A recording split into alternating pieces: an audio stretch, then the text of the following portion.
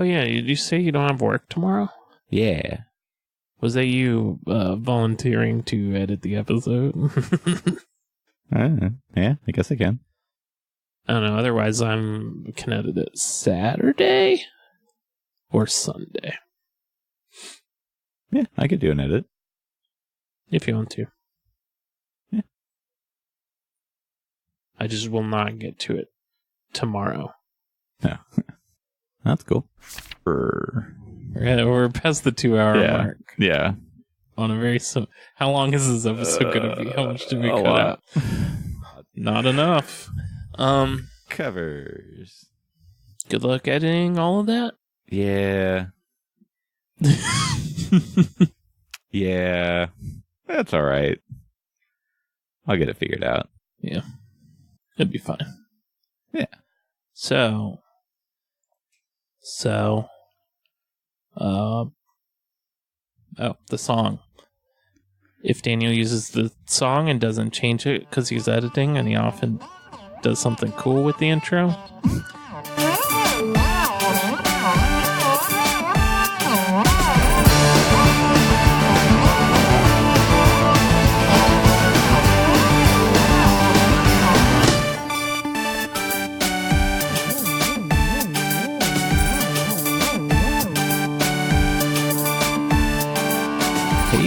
Me, Daniel. I'm just coming in here at the beginning to talk to you all real fast about this week's episode. We don't have a regular episode with new-ish content, but we do have this entire bonus episode of content that was cut. That's right, cut out of episode 51, Adam Dangerous. We got the new villain extraordinaire party known as the Marty Party. And we got Fireslinger. That's like 10-ish villains to talk about. I'm not going to lie. We get way off track. We recorded like 3 hours for this episode. So a lot was cut. But I think I got it down to just the best, most awesome bits. And then there's going to be a commercial break. And after the commercial break, it's just Quinn and I just shooting the breeze. So you won't miss anything if after the commercial you jump out. But I think we have fun. We talk a lot about websites, domains that we want to buy. And we talk about RPGs we want to play someday. But that's about it.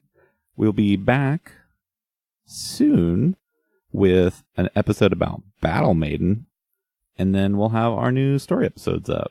So it's coming along pretty good. We got a lot of new content coming up, and we'll talk to you later. So I think, obviously, after Marty is defeated and Adam Dangerous becomes his own person, in the pantheon of Adam Dangerous villains is Master Marty. Oh. He's always finding a way to try to hack back into Adam Dangerous. Maybe having their heads connected for like multiple years through technology, they just actually do have a psychic link now. Yeah. I just don't want him to be able to automatically control Adam. Yeah. After that.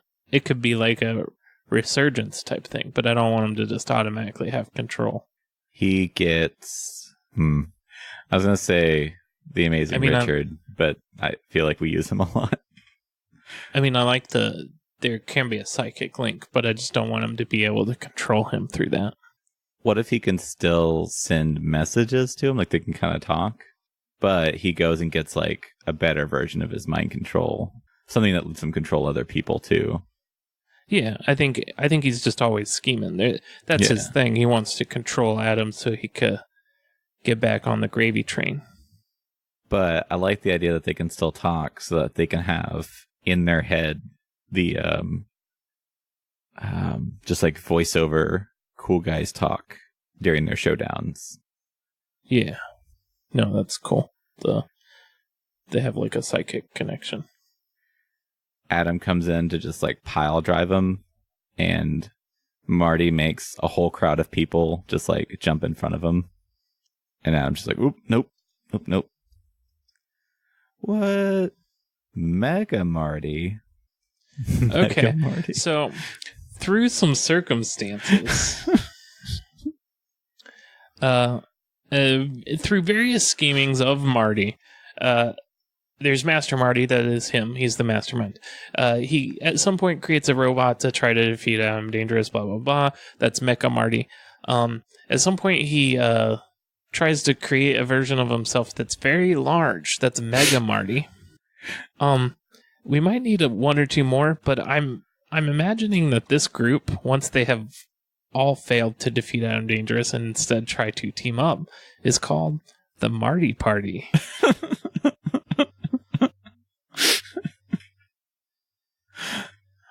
What if Mega Marty is like a clone hybrid of Marty and Adam, like a la Superboy? That's true. If I can create something with the mind of myself and the muscles of Adam, that will be it. And that will be the downfall of Adam Dangerous. And I'm imagining Marty is like your average sleazeball producer from an old cartoon.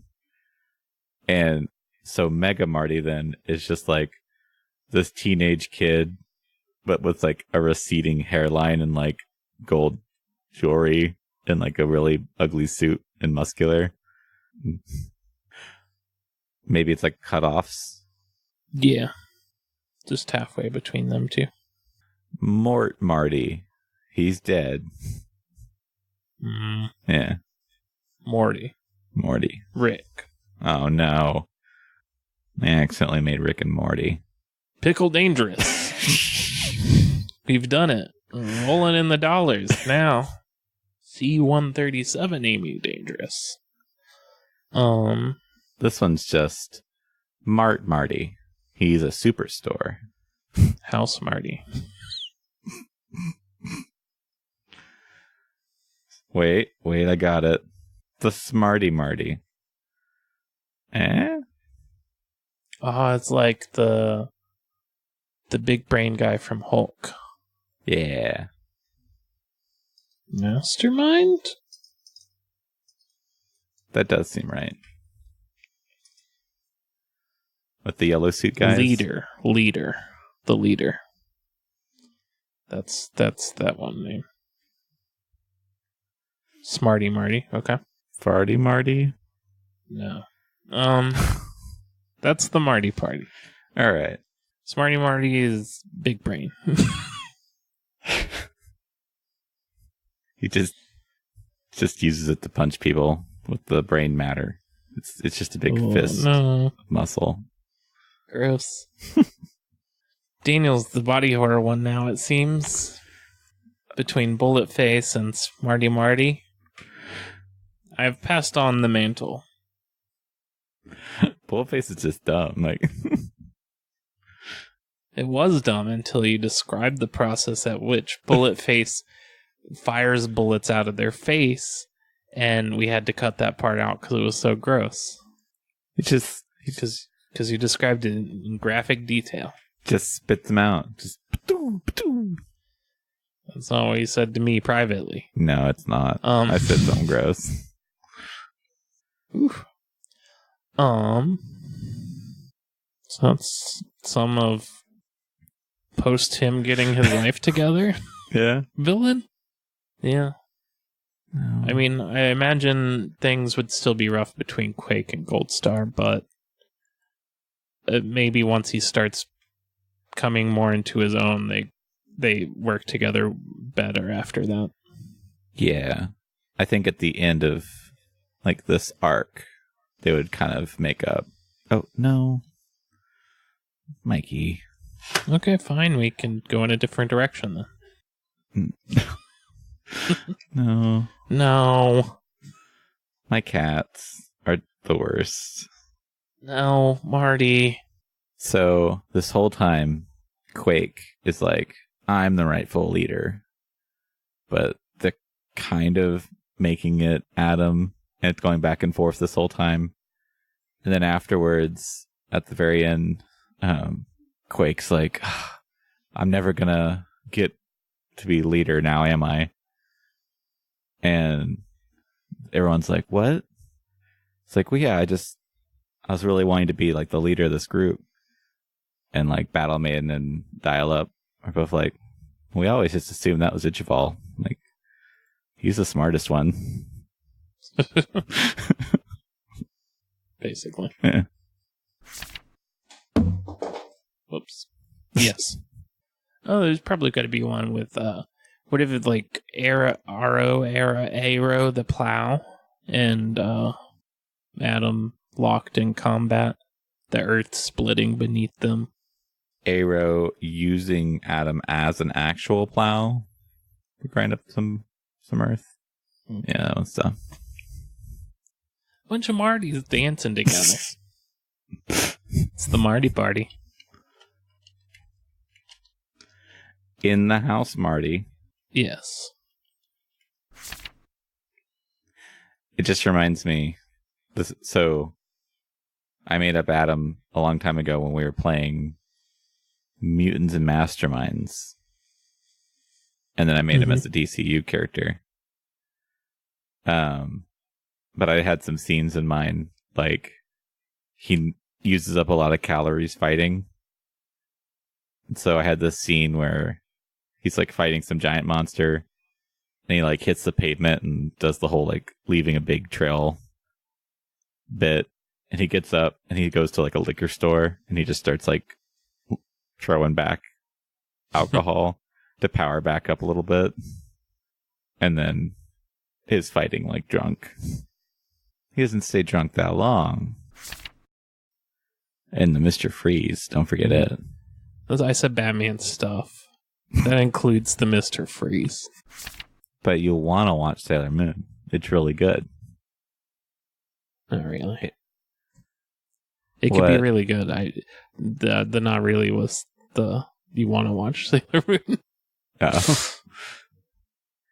What I will say, what I'm actually enjoying about it a whole lot is that like the problems are all very like actual teen problems. I think too many shows that are supposed to be like teenish age, they're like, I don't know, like, oh, I don't think the guy I like knows I exist. Also, I'm dealing with aliens trying to commit genocide. And Sailor Moon's much more like, my friend likes this guy, but he's not good. And I need to go beat up a monster later. Once it gets dark. I don't know.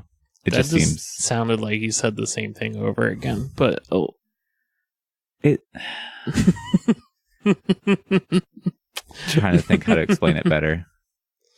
Like Power Rangers, they were supposed to be teens, but they're like, people are going to make fun of me when I do Jinjitsu at the school talent show. But then Sailor Moon's like, I don't know, almost like just like normal people doing like normal life. I don't know how to explain it now. The Citadel Carnival. Yeah. Oh my God. There's some people that live in my apartment complex that I think they're related to one another across the way from each other. And I'm just... Oh. I want you guys to buy a phone. Because you yell everything at one another.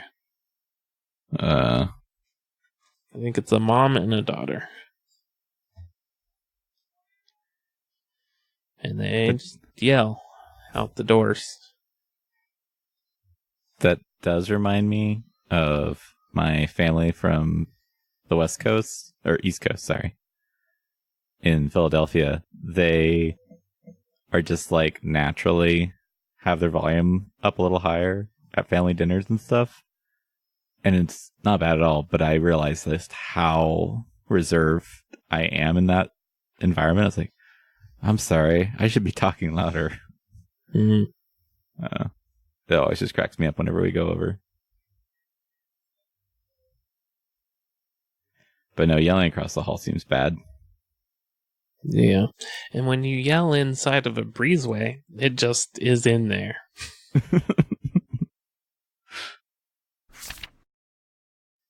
So here's I've got a pitch for one. Arrow the Plow. Yeah. I found the word. No, that's my idea. What are you doing? You're gaslighting me, Daniel. This is the thing I just made. No, that's the gaslighter who gaslights.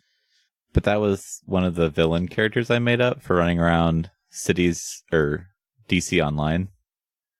And I just turned all the muscle sliders all the way up and then turned all the height all the way down.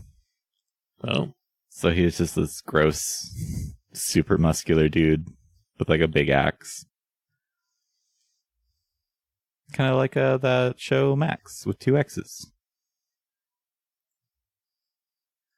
MAX with 2 X's. Oh, I think I saw this. It's about a guy, Max, and he has to room with 2 of his ex-girlfriends, and hilarity ensues. Max with 2 X's. Is that the story? Yeah, man. Oh. It was like 2 guys, a girl, on a pizza place. I don't know. Like a guy, 2 X's, and a small apartment. I've just always ever seen the big purple dude. No, I'm completely joking. Oh. TJ Maxx? Max. A Euro dance act? No. Max retail store? Max brand. The Max. Comic book? Okay, there we go. Yeah. By Sam Keith. What else did he do? I recognize his name. Yeah. Anyway, the Max looks cool. Do you want to do comic book covers? I think that gets us mostly to the present day in our universe with Adam. Sure. Unless you had any more good villain ideas or something. No, I don't want to mess up the Marty party. Or the gun gang. Fireslinger. Oh, yeah. Let's focus on Fireslinger for like one moment. Oh, yeah. So, do you remember there's like it's like an OVA for a X-Men cartoon that got canceled? No. Okay. Well, it's like a single or 2 episode X-Men comic movie before they did the good cartoon that we all know from the 90s.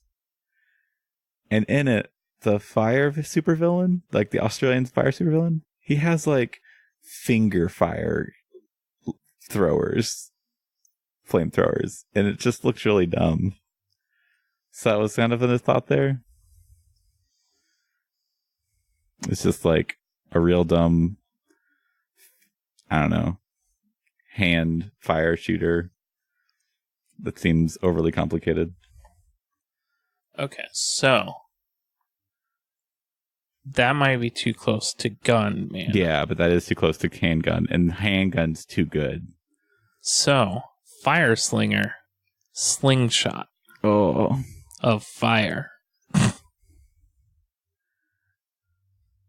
You don't see many slingshot villains. What if he does have to do a physical motion to throw them, but it can be like any physical motion? So he can like pelvic thrust fireballs at Adam. Default to he on all of these villains. Sorry. It's an equal opportunity market here. All genders accepted for all of these villains. Well, I assumed some of the gun ones were ladies. No, yeah. Like Pump Action Kick would be a pretty good lady. Because she's got the high heels. I mean, it's kind of built in there. You're just I'm thinking of Bayonetta. Doing all the gender stuff here. No. I just you do default to man villain too soon on some of these. I was just doing it as a, hey, you could cut all this out. Yeah. I'm just want to bring it up as a, don't necessarily default them. Yeah.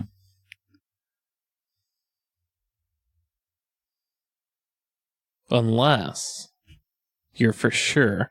And once you said pelvic thrusting fire. Well, that was the reason I said he for fire slinger. Yeah, no. I mean, that seems pretty good. Are they on fire all the time? Like Johnny Storm? Or just kind of have control of fire? What about just fire hair? That's weird, but I'll allow it. Like eyebrows, too. Except, no, I was going to say, each hair is fire. Yeah. Arm hairs. Yeah. Chest hairs. Leg hairs. Hairs in other regions. Every hair is a fire that doesn't burn. They launch their hair fire. That's their motion. So, like, they swing an arm out and their arm hairs fires go out. Oh, gross. They rip some of their hair out and then put it in a slingshot and throw that. I hate that. You really want to get the slingshot in there. Well, yeah. That's the whole gimmick. And when I say slingshot, I don't mean one of those lazy slingshots like Bart Simpson has. Nah, this is David and Goliath type slingshots. Where you have to swing it around and then release. That could be a good visual. You know what I'm talking about? Yeah, because then you got the fire wheel. What if they can remove parts of their body to throw, since they're like whole fire? Oh, I was trying to hey, let me Google slingshot. I want to be reminded of what those look like. You get a couple images for slingshots, like the one Bart Simpson has. Mostly cars, but also very revealing bathing suits. Oh, let's see here. Would you like to shop for slingshot? I am only getting slingshots that are like handheld in cars. You're saying the shopping one? Might be on some safe search there, because yeah, Google is putting ads at the very top of my thing, and I guess it's very hard to sell a car. There are a couple of them up in the listings here. It's much easier to sell a $15. This is very revealing. I'm not even getting options for it. I'm going to add bathing suit. I just went to images and it was just right there. Ah! Oh. That looks like something out of Mortal Kombat. Hey, do you want to... You know what? I really like swimsuits. What if I had a swimsuit that was stringing 3 balloons? 3 unblown up balloons? It's also the Borat suit, so... I mean... Yeah. At least there's that. Oh. How about the one... It's a swimsuit for a dude, and it just goes around one leg. So it's just like a strap that, I guess, sort of hides you. I don't know if I see that one. It's a one-side men's thong. Oh, I think I've seen that before. At that point, I'm just like, why? So... Oh yeah. Where were we? Covers? Oh, well, I think we were finishing up Fire Slinger. Fire Slinger. What if they are a Johnny Storm type where the whole body is on fire, but they throw body parts at you? Sling those around. With the sling? Yeah, with the slingshot bathing suit. How does that work? They just run out of body parts? Well, then their body parts are all sentient and around you and on fire. That's weird. It's just another body horror thing to get in there. I like it. Yeah, Daniel, the body horror expert now. That's me. Let it be known, everyone. Covers. Technology is ever evolving. It touches every part of our lives, both influencing and being influenced by society. I'm Ian Arbuck, and I know it's hard to stay on top of everything you need to know to live in this digital world. That's why, every month on The Extra Dimension, we explore a different aspect of the technological convergence. Find it on our website, thenexus.tv, or by searching for The Extra Dimension in your favorite podcast player. Nope. I didn't think it was. You can buy now for, you could buy historicalhotties.com is for sale for $1,495. Hurry, once it's sold, this opportunity will be gone. No. For you to get historicalhotties.com. No. Would you like brainhot.com? That'll only cost you $17,995. Would you like to buy donkeyshot.com? Yes. $5,295. That's a steal. Donkey Shot's perfect. Okay, davidhot.com is only $18,695. How much is danielhot.com? Let me see. Oh, they're giving it out for free.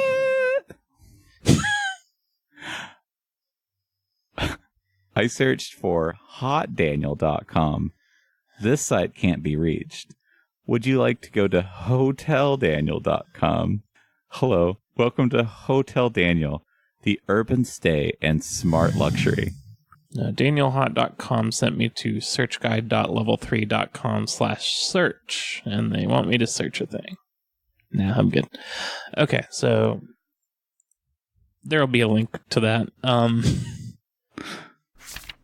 Because we still want to be doing stories, but they just take a lot more work. And we considered trying to do more RPG stuff. They like fill in the story faster. Yeah. But, yeah.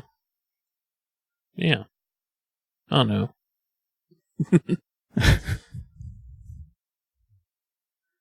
We'll figure it out. Yeah. I don't know if we need any of this in here. Yeah. It's going to be a short episode and then just like an hour of stuff I just left in.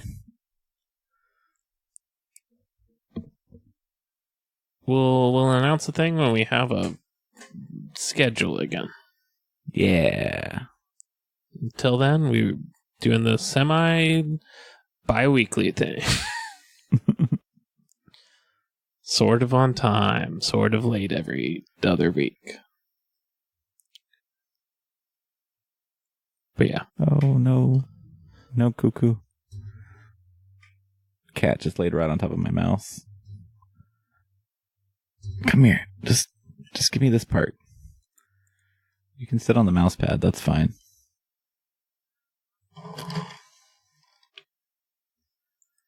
I'm scared he's gonna like stop my recording and I won't notice.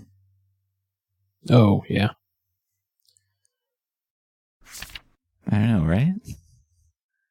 Wouldn't it be cool to just play RPG? I was talking to Russell about that today because it's like, I really miss just actually doing it. Now to position the keyboard directly underneath the mic. Here's the Versus Empire. Is a small role-playing game set in the time of Galactic Civil War. Gathering to play are 2 to 6 players, each with the standard deck of playing cards, pencils, paper, and are ready for about 3 hours of gaming goodness. Become a new force of hope in the galaxy as your rebellion strikes back against a tyrannical empire outnumbered by the menace of the Galactic Empire. Rebels fight for a return to freedom to oppressed people everywhere. You are a hero. You are the rebellion. It's a complete game suitable for a single game session or an extended campaign. Inside you'll find rules for quickly creating a hero, the Ragtag Rebellion, a fast-paced game system based on Philip J. Reed's Versus Monsters, space wizards with laser swords. There's a couple other ones that seem to be based on this. Versus Monsters. Ooh. Did you find the base one? I can't find Versus Monsters. versus Stranger Stuff versus Dragons versus M Engine. That seems interesting. We got versus Ghosts. We got versus Mars. We got versus Mirror Shade. Monsters versus Aliens? Let's just call them versus Monsters. Versus Ghosts. I need to try this out sometime. Versus Stranger Stuff might work in Goosebumps World. Looks like a Stranger Things type thing, but strip the 80s out of that. Yeah, screw the 80s. Let's go to the 90s. All right? All right? You have to look into what that system actually is. No. How are people talking about the base one? Okay, what is Versus Monsters?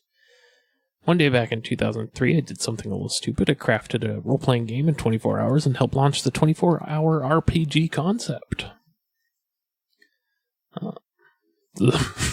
It's created by the guy that created 24 RPG. Download the free PDF. Take the roles of 19th century monster hunters living in America of the time. America of Edgar Allan Poe. Okay, what is... Still has a game master. And looks like a deck of cards. Huh. So your thing. No. Huh. Yeah, the game I just talked about. Every time. No, there's plenty. Yeah. Plenty that use decks of cards. I don't know. Yeah. Guess we should get started at some point. Yeah. I was trying to think of other potential seasons, depending on how that format works, and I was like, Cyberpunk one seems fun. I don't know how you do that, but... I got Cyberpunk ideas. Let me make that work. I'm just not sure how it would shake out with the format, or if it would have to shift the format some, or what.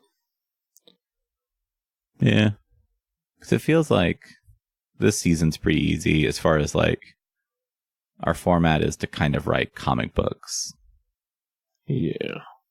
I mean, definitely a different format than real comic books. Yeah, but also you could just, like, go into, like, world build on characters. Like, there's a lot of different things. I don't know what a world build looks like for a cyberpunk setting. I think for that, it would just be like, what science stuff is there now? What weird culture is around that? Like, what's the Twitch talk show going to look like if we're all in, like, VR headsets? Yeah, I guess maybe. I don't know. I was just thinking about it. Yeah. Something like the Sentai one just came to me a little easier on the how to conceptualize it. Yeah. Like, oh, you just like you're spitballing what's the theme for this group? What Zords do they have? What are their, basic personalities? What kind of arcs do you have with these characters? What enemies, obviously. What about, like, a true crime season where it's just like just GTA, but it's a story. It's just writing one book. The dude with the bird tattoo. I don't know. And maybe we use different world building RPGs to help with some of them. Yeah. At the beginning. Do you like Fiasco and stuff? Yeah, that would be cool. That could work in a true crime one. Yeah. It's similar to Bluff City, I guess. Which one is Bluff City? Patreon version of Friends of the Table. Ah. They have a Atlantic City setting that they play a bunch of different games in. It's really cool. It's similar to your MMO thing, and similar to this, even. Yeah. It's like a shared setting, but they're, exclusively just playing games. I would definitely love to do a RPG season that's just people in VR headsets. Yeah. I'm game for that one. The game is you in that one. I had this idea for a fantasy, or not a fantasy, a sci-fi setting that I don't know what I would use it for yet. Maybe it's a season, maybe it's just its own thing. I don't know. But, like, I think it was when I was thinking about doing Scum and Villainy with you guys. Yeah. But in that, they have, like, a thing analogous to the Force. So that people can have magic powers. And I was thinking, well, what if it's not the Force, but the wave? And it, like, ebbs and flows. Like, there's a high tide and low tide, and it, like, comes in and goes out. Oh, that's cool. But what if the wave is actually a giant cosmic alien force breathing in and out from the center of the universe? Ooh. And you're in the outskirts, and you're just like, it's like sleeping in the middle. And its breath is what is powering all the magic, basically. Is there a George R. R. Martin story like that? Like Night No Flyers? idea. What? I said, no idea. Oh. I guess it's just a big monster. It's not necessarily powering magic in the universe. Yeah. And this isn't even anything that would probably be directly accessible to the characters. Right, yeah. It's just cool. But just a neat setting thing. Let me get water, and then I guess we should start. Okay. Oh, us. What a bunch of rapscallions. But hey, the episode songs for this week was just the one, the Freeharmonics by the Freeharmonic Orchestra. We got that song from the Free Music Archive. You should go check them out. It's a pretty cool website. They got a lot of free and open source music to check out. They also have music with a little more permissions, but they break it down by license. It's so cool because you can actually see what kind of projects you can actually use all of the music for. And there's just a bunch out there. So make sure to go out there and check them out. And also remember, as always, you can check us out on Twitter and on our website, doubleissue.show. You can check us out on Twitter, on Facebook, on WordPress, on Discord. We are in a lot of places. All those links are in the description. So go ahead and check us out there. And if you have an idea for a future episode, send us an idea. Send us something to farm. We got a real good suggestion for this episode, which was theme parks. And we got a lot of good info out of that. I feel like we really jumped off from there. Or was that an earlier episode? It was an episode recently. And for this next upcoming episode, we got the suggestion for the moon landing. And it's pretty good too. I think that's a pretty good suggestion. So just keep those suggestions, keep those sweet, sweet suggestions coming.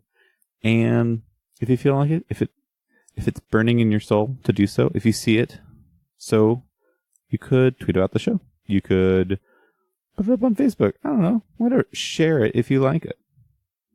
But anyway, thanks for listening. And I promise, pinky swear, we'll have a new episode up soon with a lot more content for you. All right.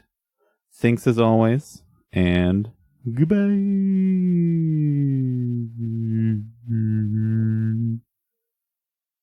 Bye.